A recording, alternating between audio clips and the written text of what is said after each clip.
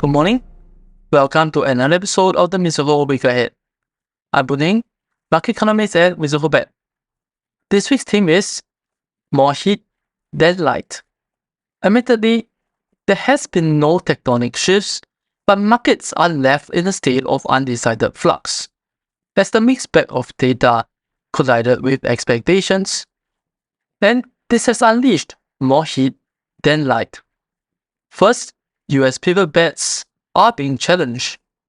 Despite soft spots in manufacturing and an unexpected pullback in retail sales, jobs remain solid, and inconveniently hot readings in both CPI and PPI last week delivered a 1-2 knockout, not just for March pivot hopes, but also for May as well. And so, for a Fed trained on Taylor rule-based triggers, recent inflation job dynamics challenge overconfident pivot bets. Second, the FOMC minutes this week may be passé. The hot run of inflation data also means that the modeling often passed in FOMC minutes may have diminished relevance for pivot bets.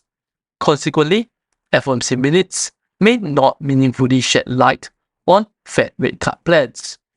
In particular, as Fed speakers have mostly responded with more strident pushback against premature rate cuts. But to be clear on Fed speak, it is not the case that Fed speakers are all perfectly aligned, and so this sets the stage for latent volatility in USD yields and the greenback and equities even. For example, Fed's daily and Bostic counsel patience, if not restrained, whereas Mulat is open to gradual cuts. Specifically, Bostic said, victory is not clearly in hand, and he is not yet comfortable that inflation is declining to our 2% objective. Daly said, to finish the job will take fortitude, and there's a need to resist temptation to act quickly when patience is needed. But James Mulat said, it is probably wiser to go sooner but slower. I'm worried that you are going to get into the third quarter and the policy rate is going to be too high. So why not go now? So even on policy calculus, there is more heat, and not just from inflation, than light. Third, we find that there is electric exceptionalism, not immaculate disinflation.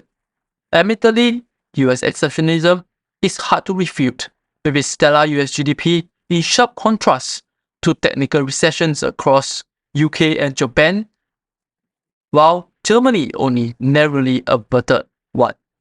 But equally, stumbles in US retail sales and manufacturing warn of unevenness and soft patches, in which case, the reality of sharpening policy trade-offs must check exuberance about rate cuts from immaculate disinflation. Turning to China, one must wonder whether it will be a dragon or drag on. Optimism has been ostensibly unleashed by the Year of Dragon celebrations, with record box office takings, broader travel and spending over the holidays. To be sure, incoming data will look rosy, as activity fired up after a prolonged break will flatter in coming weeks.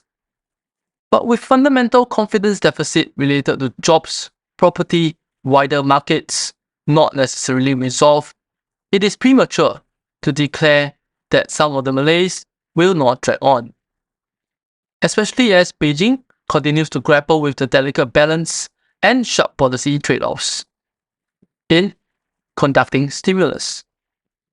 Holding off on the rate cut today was not a surprise per se.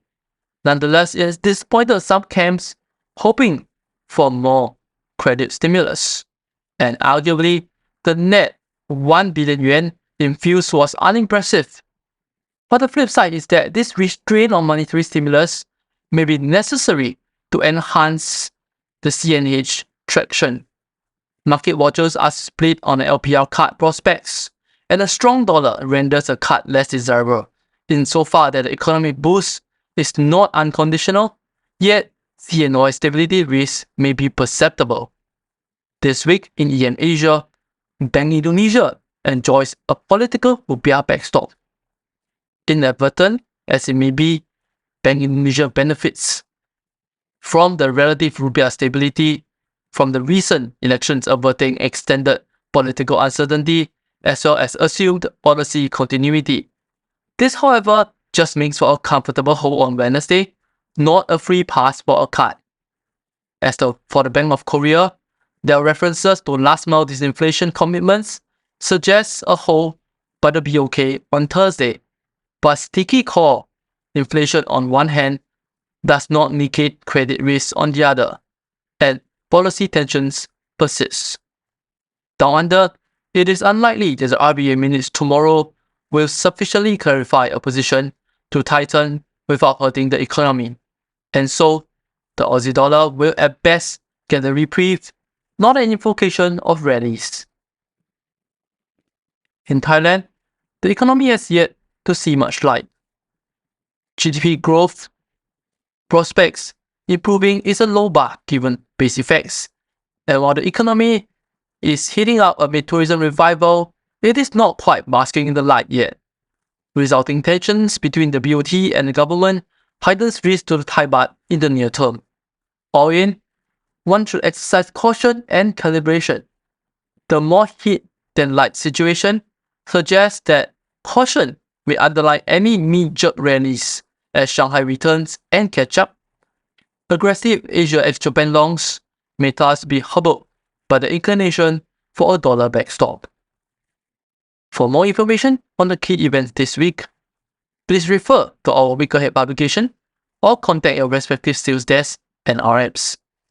And for regular notifications on our market views, please subscribe to our channel and hit the notification button. Thank you.